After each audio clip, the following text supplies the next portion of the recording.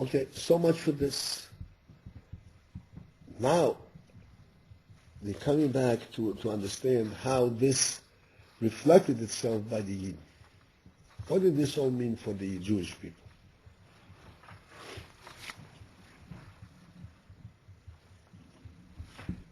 So the Gemara says that Yidden came out of Mitzrayim because of two merits, two things. In one place the Gemara says that Yidden came out of Mitzrayim because of Emunah, b'schus ha'emunah.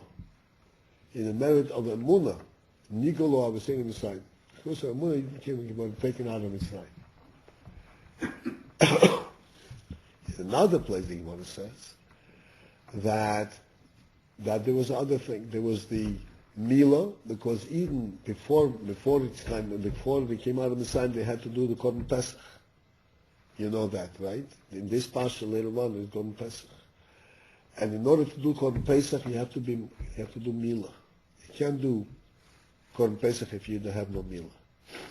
So Yidden were mal themselves, and then they did the Korban Pesach.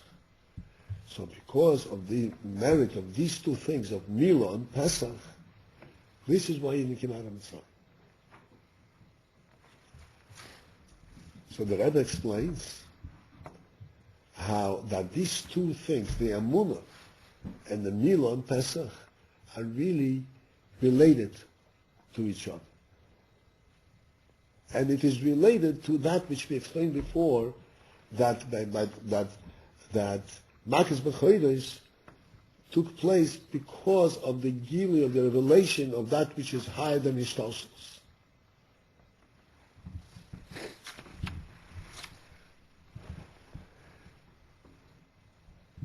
The principle in this is that even though the godly presence of higher than Ishtalshelus is present all the time and present all over, that cannot be displaced. It's always present, always there.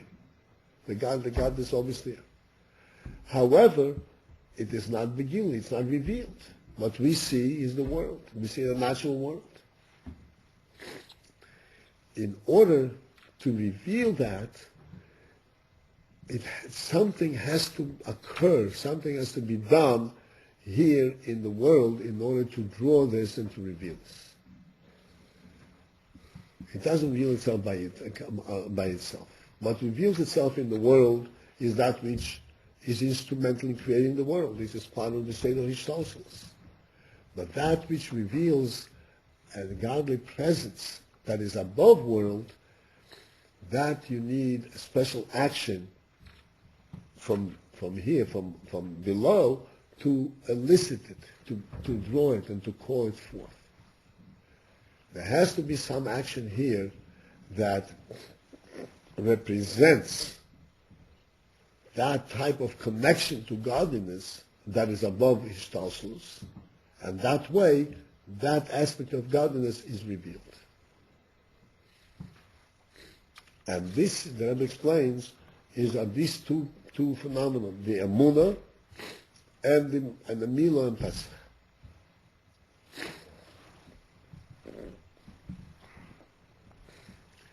So let's examine these things, because the real thing, the whole talk that I'm having is in order to understand these things, particularly Emunah.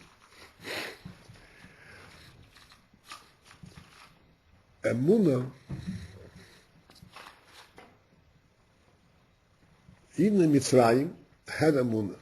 As it says, that when Moshe Rabbeinu came to the Eden and he said to them, that I'm going to take you out of Mitzrayim, said, Vayam ein ha'om, the people believed.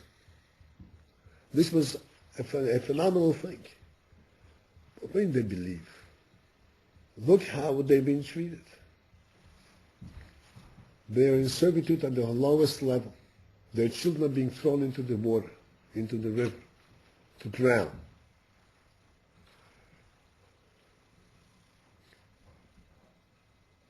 And altogether, Mitzrayim was a country that was locked up. There was no way anybody could escape from Mitzrayim.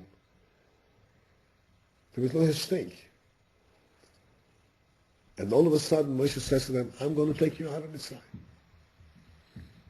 I'm going to take the whole bunch of you, the whole nation out of Mitzrayim, millions of people.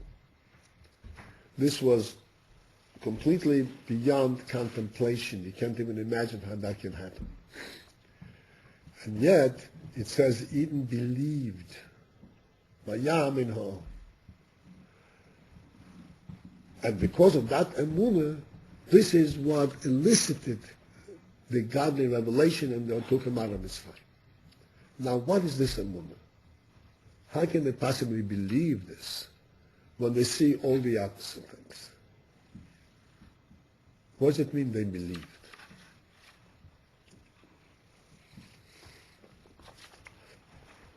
This gives us an opportunity to delve into emunah a little bit and to understand the principle. What type of quality is this?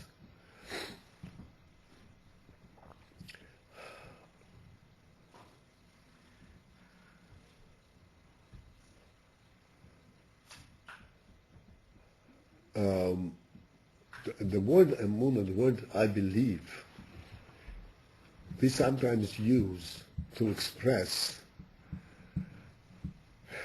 a sense that we have, what's called an educated guess. We have a sense. I believe that the stock market is going to go up tomorrow. What means he believes?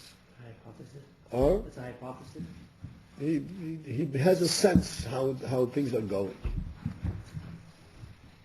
I believe the weather is going to warm up tomorrow or going to get cold. This is all on the basis of some kind of experience that a person has.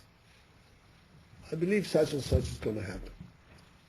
This is not belief. This is a person's premonition of something that makes sense to him. Based on his experience, he says, I think this is going to happen. He doesn't have proof of it. It's not a logical thing. That's why he calls it belief. Because it's not completely logical, but it's all based on personal experience. The emunah that Eden showed in Mitzrayim was not based on any of that. It was not based on personal experience at all. And we're talking about a couple of 100 years, 2 centuries. We're not talking about a short period of time. Now, people that remembered when we were free, we'll go back to that freedom. No, that was all beyond. There was no one left from that time.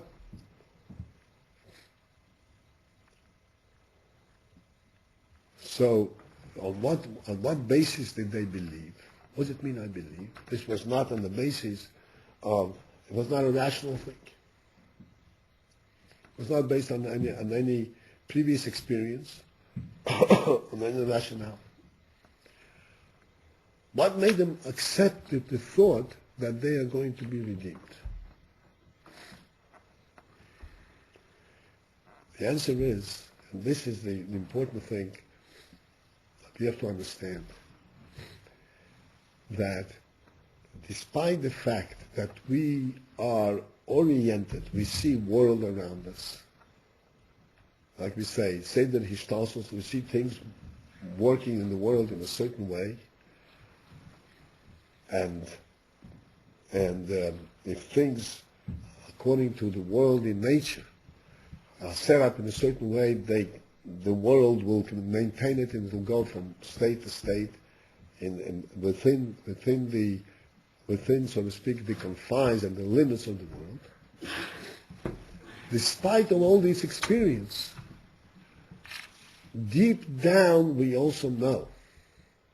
Now, please understand, the Eden were in Mitzrayim for 200 years, and they were enslaved for, I know exactly, 130 of these 200 years.